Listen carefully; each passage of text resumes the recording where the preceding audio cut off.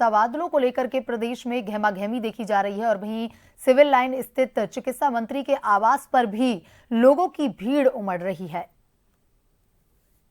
और इसी खबर पर ज्यादा जानकारी के साथ हमारे संवाददाता दशरथ हमसे लाइव जुड़ चुके हैं। दशरथ, तबादले को लेकर के चिकित्सा मंत्री के आवास पर भीड़ नजर आ रही है। लोग तबादलों का इंतजार करते हैं और जब तबादला खुलने को होते हैं तो लोगों को एक होड़ मची रहती है कि वो जिस जगह चाहें उनका वहीं तबादला हो जाए। क्या कुछ अभी का अपडेट?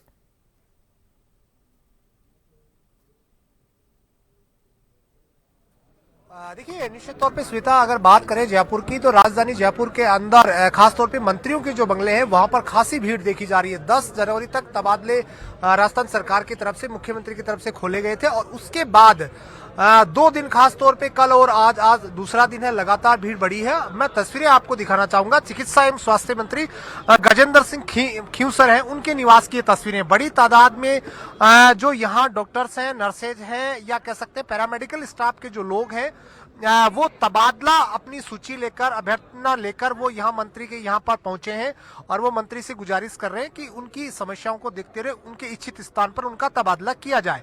खास तौर पे सबसे बड़ी वजह यही है कि 10 तारीख तक ये तबादले सरकार की तरफ से खोले गए थे।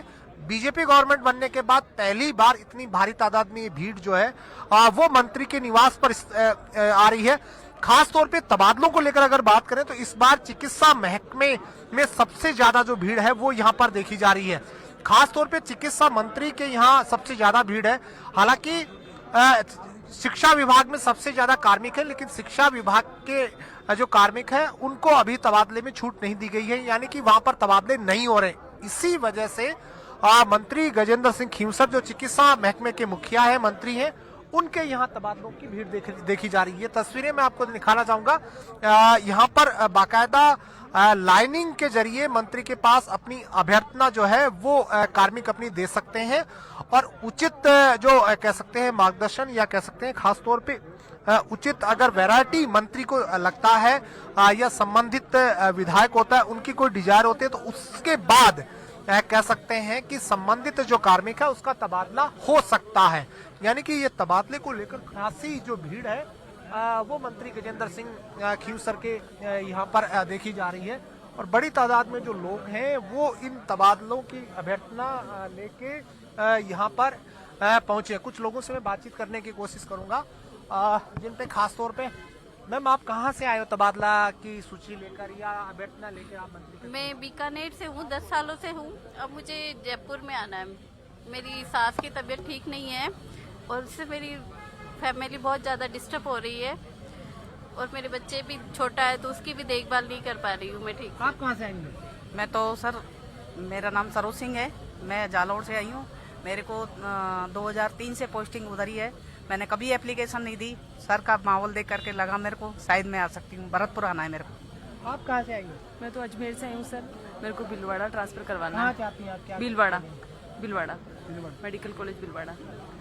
छोटा बच्चा है ना, इसलिए छोटे बच्चे को भीलवाड़ा छोड़ रखा है। यहाँ रखने वक्त की दिक्कत है, कोई है नहीं रखने वाला, इसलिए। देखिए, निश्चित तौर पे ये चिकित्सा महकमे के कार्मिक है। मंत्री से भी बातचीत करने की कोशिश करेंगे। इन सभी का ये कहना है कि या तो उनके छोटे बच्चे हैं या कह सकते हैं पारिवारिक जो स्थिति है उसके मद्देनजर उनका इच्छित जो स्थान है उन पर कह सकते हैं तबादला किया जाए। ऐसी अभ्यर्थना लेके वो यहाँ पर पहुंचे हैं और मंत्री महोदय से भी बातचीत करने की कोशिश करेंगे। सर, ये तबादले कर लूंगा, आप साइड। गजेंद्र सिंह जी हमारे साथ खास बातचीत के लिए जुड़ गए हैं। ये लाइव तस्वीरें गजेंद्र सिंह खींवसर के निवास की, जहां से आप देख सकते हैं कि मंत्री महोदय के पास सबसे ज्यादा भीड़ इस बार तबादलों को लेकर है। खासकर चिकित्सा महकमे के जो कार्मिक हैं वो यहाँ पर बड़ी तादाद में यहाँ पर पहुंचे हैं ताकि वो अपने इच्छित स्थान पर तबादला उनका हो सके। मेरे साथ खास बातचीत के लिए गजेंद्र सिंह खींवसर साहब जुड़ गए। सर, सबसे ज्यादा जो भीड़ है वो चिकित्सा महकमे में देखी जा रही है। लंबी लाइनें आपके यहाँ लग रही हैं, बाकायदा सिस्टमेटिक तरीके से लोग आप तक पहुंच रहे हैं, अपनी अभ्यर्थना दे रहे हैं। देखिए, हमारे इसलिए भीड़ है कि लोगों को मालूम है कि गरीब से गरीब लेडी या जेंट जो हमारे डिपार्टमेंट में काम कर रहा है वो सीधा मंत्री को अपनी पीड़ा समझाकर वो बिना कोई निशुल्क, बिना धक्के खाए बिना कोई पॉलिटिक्स के अपना काम सीधा करा सकता है, इसलिए लोग आए हैं। क्योंकि कई ANMs जो है जैसलमेर में बैठी है 5-5, 6-6 साल से, जो ये होना नहीं चाहिए कि कोई लेडी 5 साल 6 साल दोहरों के बीच में 50 डिग्री सेल्सियस की आंधियों के अंदर बैठी रहे।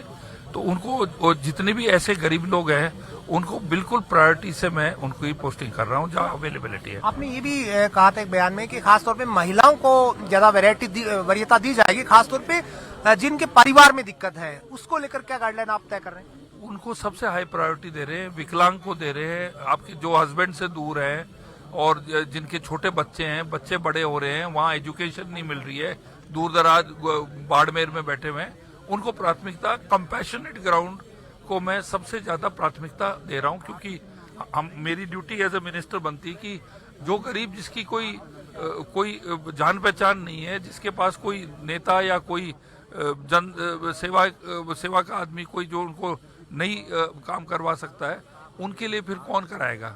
तो ये इसको मैं प्राथमिकता दे रहा हूँ। निश्चित तौर पे खास बातचीत के लिए हमारे साथ जुड़े थे गजेंद्र सिंह खीमसर, चिकित्सा एवं स्वास्थ्य मंत्री।